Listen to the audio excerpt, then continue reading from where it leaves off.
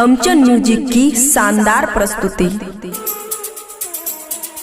बोली बोली सरस्वती मैया की जय। तोरा पूजा में परे के चाह मार के मैया तोरा याद करबो के मैया तोरा याद करबो के मैया तोरा याद करबो। खुशी रिकॉर्डिंग स्टूडियो बलुआहा। तोरा पूजा में परे के चाह मार के मैया तोरा याद करबो। तोरा पूजा में परे के चाह मार के मैया तोरा याद करबो। मैया गे सरदे मैया मैया गे सरदे मैया सुन माँ। तोरा पूजा में परे छह मार के मैया तोरा याद करबो। तोरा पूजा में परे छह मार के मैया तोरा याद करबो। मैया गे सरदे मैया मैया गे सरदे मैया सुन माँ। तोरा पूजा में परे छह मार के मैया तोरा याद करबो। मैया गे सरदे मैया सुन माँ।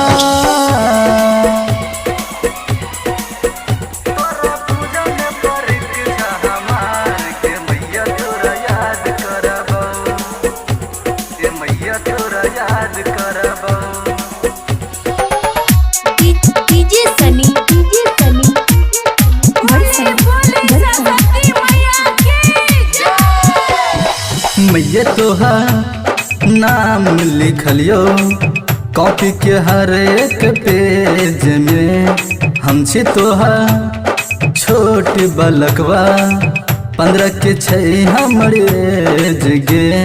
हम छी अखन नदान माँ दीह तू हमरा ज्ञान माँ। गलती करी है क्षमा सर्दे माँ हंस के सवार। तोरा पूजा में परे छह मार गे मैया तोरा याद करबो। तोरा पूजा में परे छह मार गे मैया तोरा याद करबो। मैया तोरा याद करबो। बोली बोली सरस्वती मैया की जय। तोरा पूजा में परे छह मार गे मैया तोरा याद करबो। डीजे शिवा गे मैया तोरा याद करबो। मैया तोहार ध्यान लगावे परीक्षा में हर स्टूडेंट के नजर रखे सब पे मैया टाइट छैया बाकी एजेंट के।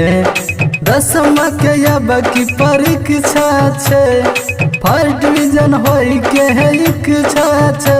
मैया करिया तू नैया पार मैया हमार।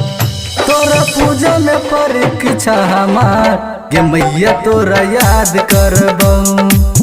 बैजू भास्कर के तू दी है समाध गे मैया तोरा याद करबो।